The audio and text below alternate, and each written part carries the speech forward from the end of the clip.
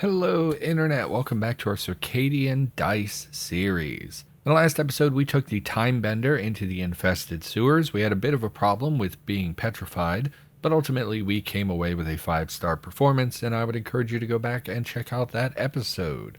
Now, in today's episode, I'm not going to lie to you, Internet. I'm having a bit of a bad day, so I really don't want to... I don't feel like doing anything super challenging and tackling these new scenarios. I kind of just want something easy to relax. I'm having a bad day, so we're probably just going to grind some stars on old scenarios and try to unlock some new relics. Now, like I said in the previous episode, I would like to unlock the Ninja's second relic, which is the bow here is quite good. I enjoyed that one a lot. And then the Barbarian's second relic is also pretty good. It's the club here. And then the Necromancer's second relic is also really good for the Necromancer, but not super great for other classes. So those are the three I would be looking at. So let's have a look at our stars. We have 6 stars on the Ninja, which means we cannot unlock the second relic. It would require 2 scenarios, so 9 more stars. Barbarian has 9, so we would need 6 more stars, which also is not going to work.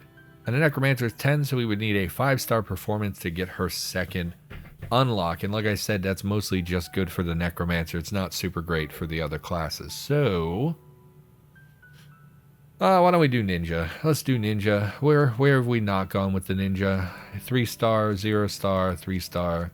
Pretty bad performances. So what would be good for the Ninja? Probably the Ghost Ship has a lot of 1-star enemies. Why don't we take the Ninja there? And we'll take the Adventuring Kit. We can take the Tome of Wisdom for extra charges on our Shuriken and Smoke Bomb, which might save our life.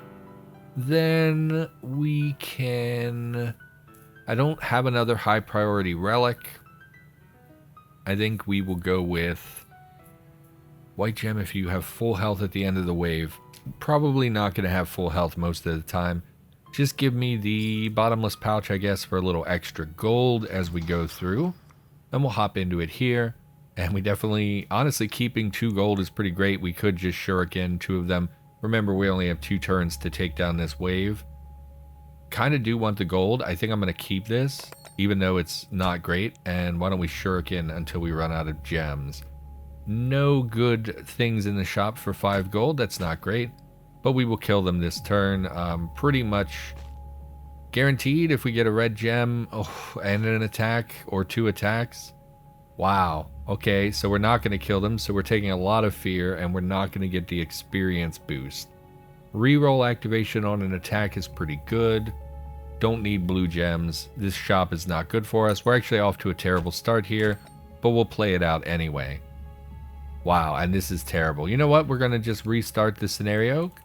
Can't restart. Pick one. We're going to restart the scenario just because that's pretty terrible. So we're going to give this another shot here. Okay. Why don't we keep this? Again, we'll get a little bit of gold and we can kill some of these enemies here. I would actually like to get the piercing attack early, but getting a double attack and a wild gem is just so much more value. So I think we will drop our gold piece here and pick up the gem. Oh, or no, we'll put it here. That way we're losing a gem. We're not losing all of our gold generation. And we should be able to kill you this turn. Assuming I can get something worthwhile. Good, we got a red gem and a attack out of that. So we'll move on to the next wave. Take the experience bonus. We want as many stars as possible. Alright, so Master's Guidance, we've seen this before. It allows us to swap a face on our die with a face in the shop, but it does require one of them to have a chain symbol, or we can add a chain to a target non-trap dice.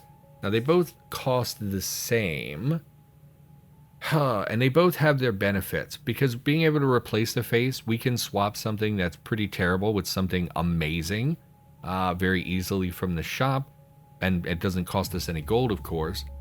But adding a chain to a die face is also really powerful, because if we can get chains on multiple die faces, remember the chain multiplies by the number of chain faces. So if I fill an entire die with a chain, for instance, and then I have another die that has several chains and they come up in conjunction, we get multipliers. But I think overall swapping the faces with the shop will probably make us more powerful than the alternative. And we can do that immediately, and I kind of think we want to. I like the double splash attack. Has a lot of value, so I think we're going to swap. If one of them needs to have a chain face, I think we get rid of the sword, probably. This removes our ability to get chains because we're not going to have any on this die. But I think it's better than giving up the gold because I think we're going to struggle to find gold. So we're going to swap this and this. So now we have that double splash attack. And I think we reroll here. I don't like these die.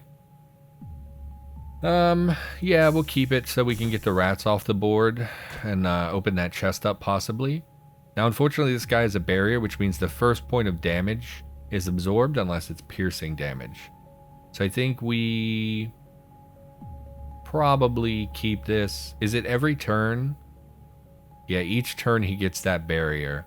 We only have 2 turns left. I think we have to hit him.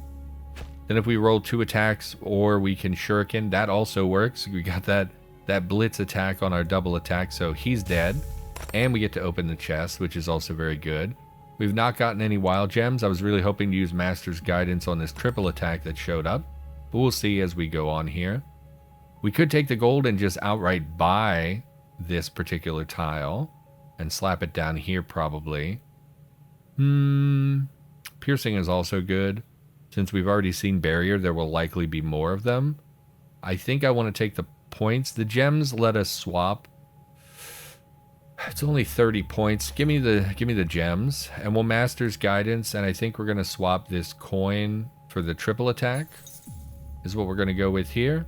And I think we keep this just because it lets us kill one of these barrier guys right off the bat, which will save us some grief. Why don't we shuriken as well?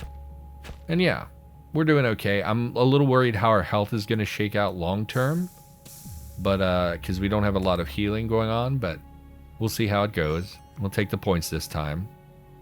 You have Petrify. I would really like to get this wild gem. The issue is we're out of chain faces now. We would have to get rid of the wild gem if we wanted to swap with the shop, or we could pick up like this, for instance, but I don't love that particular tile. I think we re-roll this. I think this is a much better roll. Not only are we getting that wild gem, but of course we can kill both rats and deal significant damage to the Banshee. She is going to petrify one of our attacks here. Why don't we restock the shop, see what we can pick up? Really no good chain faces is a huge bummer. We could swap the wild gem for the quadruple attack, which is so good. But I really want the wild gem, so well, wait a minute. What do we even need the wild gem for, really? We have gem... I mean, it's just such a good face. This quadruple attack with Blitz is also very good. What I could do is buy this face and then swap this face. I think we'll do that. It'll put some shields on our die. I really don't want to give up our heart. We have so few hearts already. And there's nowhere else to put it. I think we put it here. We lose an attack, but I think it's worth it. Then we Master's Guidance, get rid of this, and pick up the quad attack. So that die is pretty good. We have a 2 out of 6 chance of getting, you know, multiple attacks. And then, of course, we're going to get petrified here. I think we reroll. I would like to get some gold. Like, we don't really need 4 attacks. The wild gem is good. I think we'll keep this. That way we have a wild gem for smoke bomb or shuriken as we need it moving forward. More charges for Master's Guidance? I don't think so. I think the main issue here is, again, finding those chain faces is a little bit tricky. So I don't think we want that. So just give me, and we already have 2 charges left. Give me the score streak. And this is where these splash attacks really shine, and we can kill them all in 1 turn. Again, we would have liked to have held out for some gold or something, but I think in a situation like that, better just to take out as many as you can. We can kill the rat, open the chest, and deal a little damage, but we're going to petrify 2 faces. I think we keep this, and I'll explain why. I think we keep this, we kill the rat, we open the chest, so we got some gold and gem, just gold, I guess. We can hit you once, and then we're going to smoke bomb, because we got a white gem out of that, so I feel okay spending it, and it will prevent us from being petrified this turn. That stuns all enemies, remember, so move on here. Splash attack is good. It doesn't kill it, it only kills 1. Healing for 2, also very good, but it's going to petrify one of our faces. I think it's worth it. I think it's worth it in that situation. That's a big chest too. We would love to be able to open that. Anything worth chaining out? Not really. We could remove this pierce attack and pull something else. Why don't we restock and see what we can get? I mean, double pierce would be nice. Why don't we swap that for the double pierce? Why not? It's a slight upgrade. Losing the chain again. At this point, we've abandoned a chain build, so I'm not really concerned. You did petrify my wild gem, which I don't love. I hate these dice. We don't want that. This is better. See, the issue is... Okay. I would like to open this chest before we move on. Oh, it's our last turn. Oh, we have to kill them. Okay. So we're not going to be able to open that chest. That's a bummer. Alright, that's fine.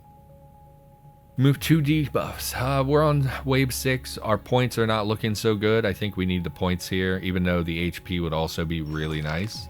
I think we just have to go for it. Immediately petrifies 2 faces, has barrier 1. It's not good. I think we need to take other enemies off the board before we attack the boss.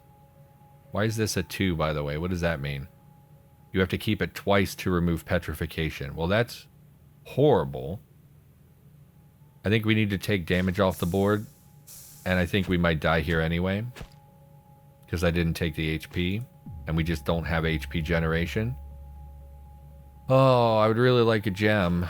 I would really like some gems. Of course. So we're dead. Wow. Alright.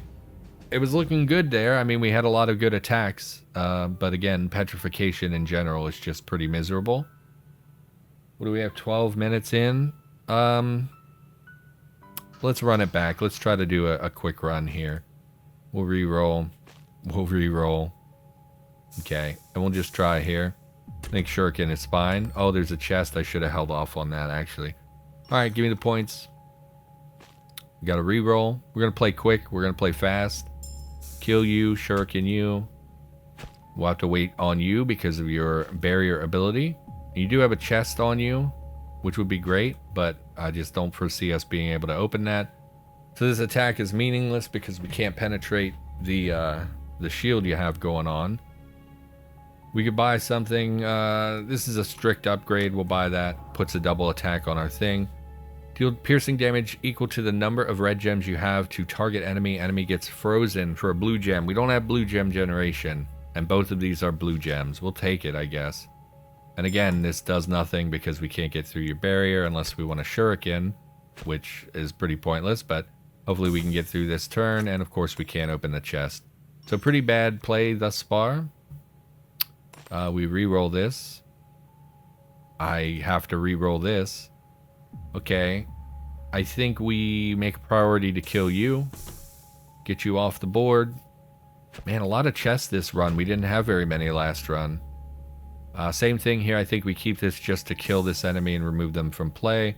And then next turn we should be able to kill them both. Or worst case, we'll shuriken to deal with them. In fact, I think we keep this to shuriken them. That's what I was hoping for, because then we can open that chest and we can kill you as well. Alright, we could get some blue gem generation and a triple attack going. Remember, the outline here means that it's added to the die instead of replacing it. So I think what we would do would be placing this here probably. It buffs that die and it increases our gem generation. I think is probably the way to go. Okay. Ninjutsu, add chain to target face. I mean, it'd be nice to work a chain build since we abandoned it last time, but I think we just take the points. I really don't want you to petrify me, so we're going to shuriken you. We leveled up, which is great. That extra die is really going to help us out. Okay. And no chest this time. Every time I get a key, there are no chests on the board, of course. Glimpse the future, that's the time bender ability. I don't think we want that. 3 gold would be nice, but I'm just going to work that we're going to, you know, hopefully we're going to make it through this just by using the experience. That way we can get as many points as possible at the end of the run. I do think we want to shuriken them down because, again, we only get these 2 turns. Open that chest, gives us an ability and boosts the abilities charges of the other ones. Reroll all die to the face they had before your last reroll. I don't think I'm going to be using that, but alrighty. Again, just take the points here. Now this one is where the fight gets tricky. I think being petrified is kind of what was our downfall last run. I would really like to keep this for the gem generation that we have here. But if we're going to do that, we should spend some shuriken to spend our red gems so that we're not overfilling our gems here. I think we kill you, and we keep getting gems back. Hit you. Stop giving me gems. Just keep them at this point. It doesn't matter. Keep them. Kill you. That way we can see the chest. Alright, it's tolerable. It's not anything amazing. We really aren't getting very good shop stuff. We don't have a lot of gold coming in.